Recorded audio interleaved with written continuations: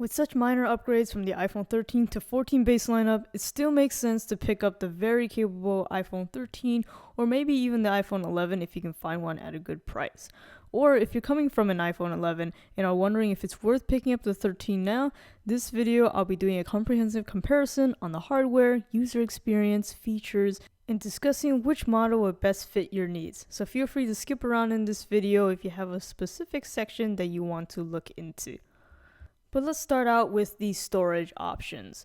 The iPhone 11 came with 64, 128, and actually 256GB options, whereas the 13 comes in 128 starting and then 256 and 512GB options. At launch, the iPhone 11 had a base price of $699, whereas the iPhone 13 had a starting price of $799. But the 11 had a starting storage that was half of that of the 13 at only 64GB. Now Apple no longer sells the 11 in their stores, but you still may be able to find brand new ones in retail stores or on online retail stores.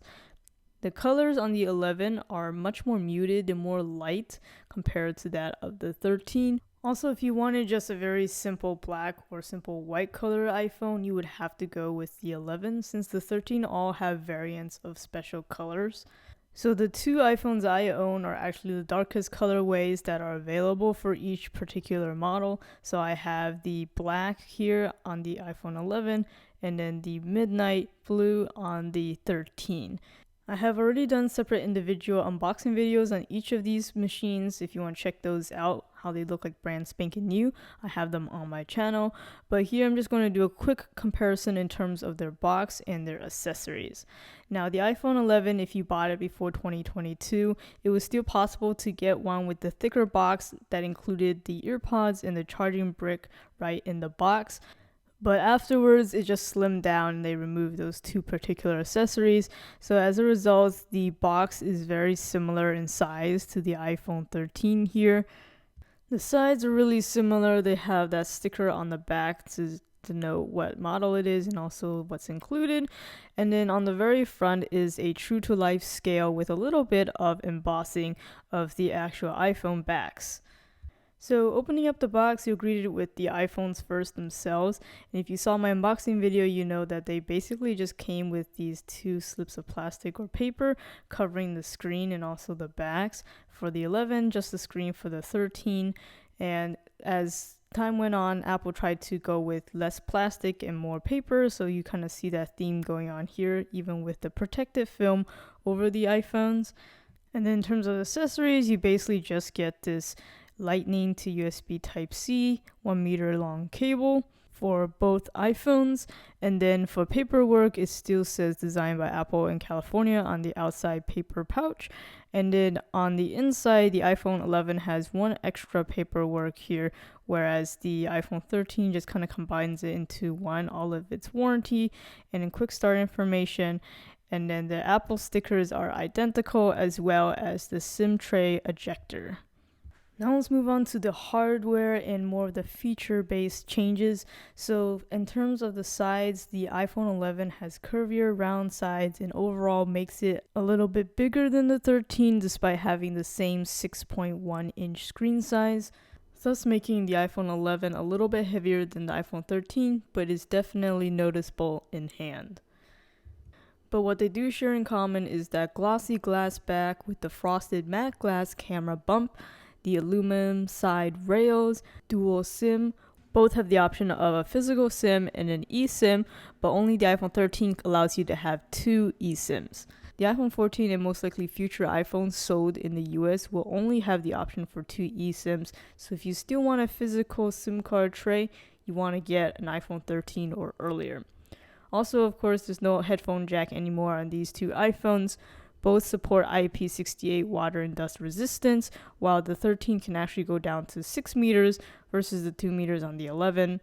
Both have Bluetooth 5.0, and they also both have NFC for mobile wallet payments, and both have emergency SOS.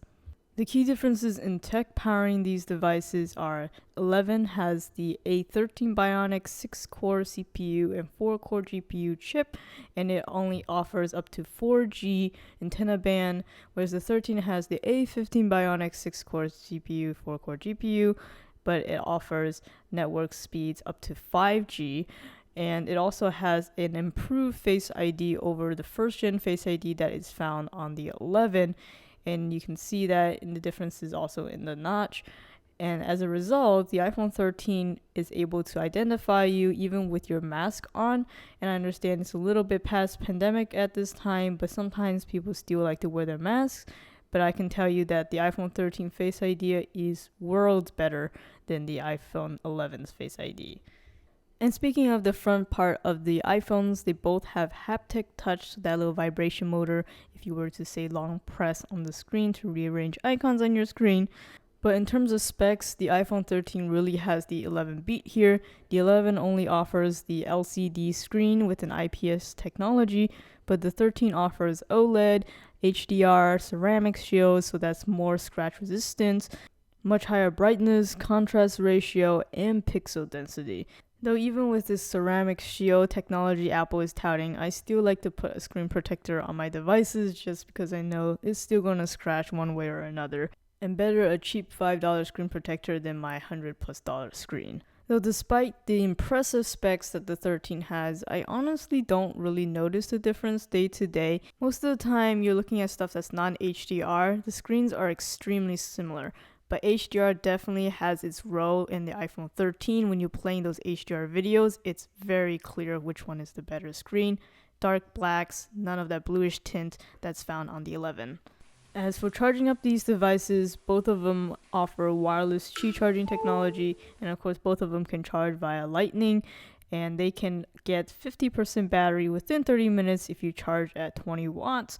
But with the 13, it comes with MagSafe technology, so it's really easy to mount it onto its compatible charging stands, and also MagSafe compatible phone mounts, like car phone mounts, which I find is super useful. The one thing I did notice is that the iPhone 13 also tends to overheat a little bit more because of the extra magnets on the back. So if you're going to use this as a GPS in your car, for example, make sure you have some nice cold AC blowing into it if you're in hot weather. Then in terms of battery life, I know on Apple's website it says that the 13 gets better battery life, but in reality the 11 does, at least right now. And it's mainly because of the 5G antennas in the 13, and then it's constantly searching for these 5G signals, but the network of 5G really isn't quite there yet. So as a result, the 13 is constantly searching for this 5G signal and thus draining the batteries sooner than the iPhone 11. So what I'm finding in daily use is that my iPhone 11 with typical tasks tend to last about half a day longer than the 13. But neither of these devices are battery slouches. I can get through a day easily and still have some to spare before I have to hit the chargers. Now let's talk about the speaker qualities on these.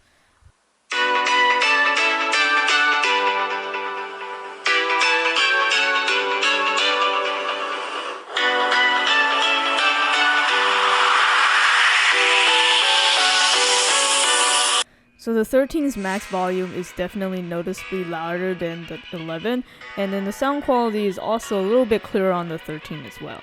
Now let's move on to a very important topic, and that's the cameras. So both have a dual 12 megapixel wide and an ultra wide rear camera. The 13 has a main of f1.6 versus the 1.8 on the 11. It has photographic styles, cinematic video, HDR videos, night mode, time-lapse, and deep fusion. But both have a half and 1x optical zoom. Both have night photography and portrait mode with the bokeh and the portrait lightings. Both offer stereo recording.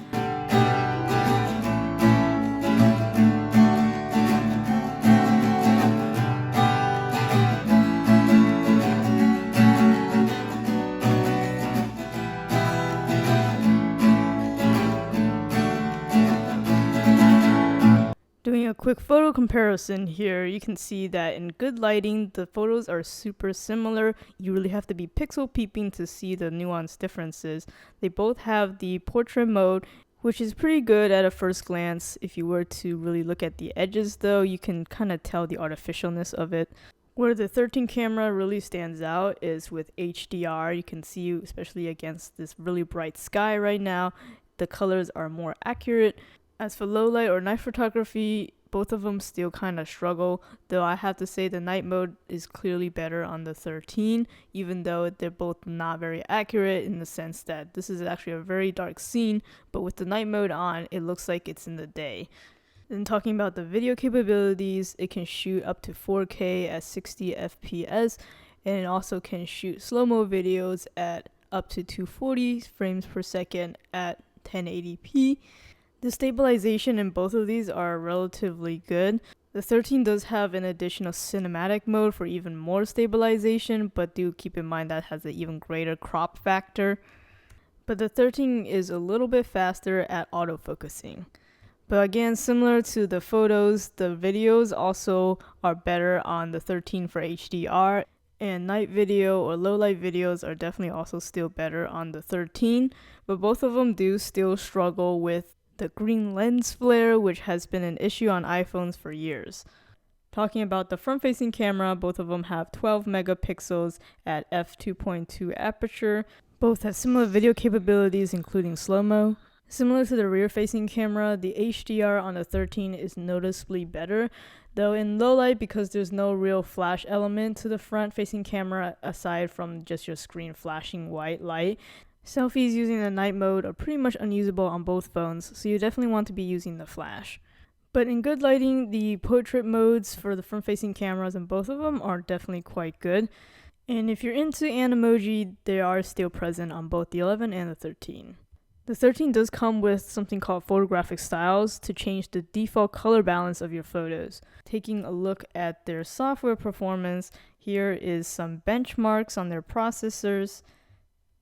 As expected, the iPhone 13 of course wins out here, but of course these numbers may not necessarily translate in scale to actual use. So let's take a look at the boot up times. Both of these devices have comparable software loaded on here, and they're both running the same iOS version. Then navigating through the iOS, doing things like pulling up the notification center or the control panel are all very seamless. It's really hard to tell. Same thing with the browser loader times or the YouTube load up times, and these also would also depend on your network speeds as well. So I would say very negligible in these areas. Opening apps also very similar. Gaming performance, you can expect it to be a little bit better on the 13, but again, the iPhone 11 is still more than capable of handling all your gaming needs. So really, how much more superior is the iPhone 13? Well, on paper, of course, Apple wants to make it look very impressive with all these features, these specs, but daily use on everyday tasks, honestly, I notice very little difference. I don't notice the difference at all really in the screen quality, and the 5G really isn't a big thing right now, especially with the lack of coverage and the battery drainage that's causing on the 13. Though the 13 does have a few more photo and video options. And yes, the night photography in HDR on the iPhone 13 is noticeably better. But if I really wanted to have some more dedicated camera filming, I'm going to go with my mirrorless camera and also with the more expandable storage than having to worry about storage on my iPhone. So from my experience owning both of these phones, I would say the only one-ups that the 13 has is the squared off design. It's a little bit more compact. I liked how it feels in the hand versus the rounded edges on the 11. That improved Face ID, the MagSafe charging, and the larger storage options available on the 13. But that's really it. So unless these 6 items I just mentioned are super important to you and you already have the 11, I would still hold on to it. That being said, if you're looking for an upgrade and do find an 11 at a great price, then I think you would also be very perfectly happy with that. Thank you for watching this video. Hope you found it helpful. As usual, subscribe for more videos like this. I'll be doing more comparison videos and obviously more product reviews and unboxings coming real soon.